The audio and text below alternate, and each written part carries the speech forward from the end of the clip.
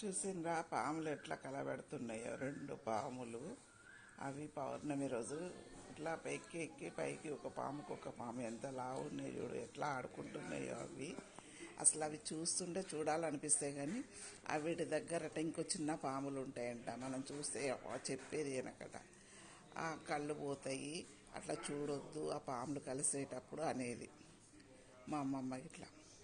కానీ చూడాలనిపిస్తుంది, కానీ అటుకి చిన్న పాములు ఉంటాయట. మనం దగ్గరికి పోయి చూస్తే తక్కువ వచ్చి మీద పడుతుందట చిన్న పాము. వాటికి కాపలంట ఆ పాములు. అలా చూడండి ఎంత చక్కగా ఉన్నాయో. ఆ కోతి తిరుగుతున్నా కూడా అవి గ్రహిస్తలేవు. చూడు, రెండు ఒక్క అంతే ఉన్నాయి. అవి కలుపుకొని ఎట్లా పోతున్నాయి, ఎట్లా తిరుగుతున్నాయి, అసలు అర్థం కావట్లేదు. అవి చూస్తుంటే చూడాలనిపిస్తాయి, కళ్ళు పోతాయని మళ్ళీ భయం అవుతుంది.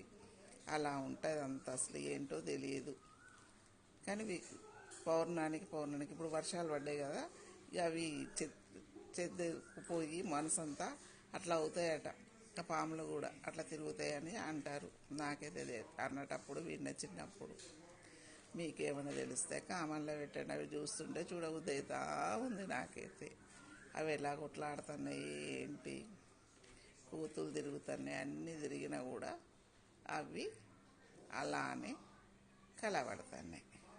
చెత్తలా అది దూరంగా ఉండి తీయడమైంది. చూడు, రెండు ఒక్కంతే ఉన్నాయి. తాస్వాము చెరుగొడ్డు రెండు ఒక్క సేమ్ ఉన్నాయి, సైజు అంతా.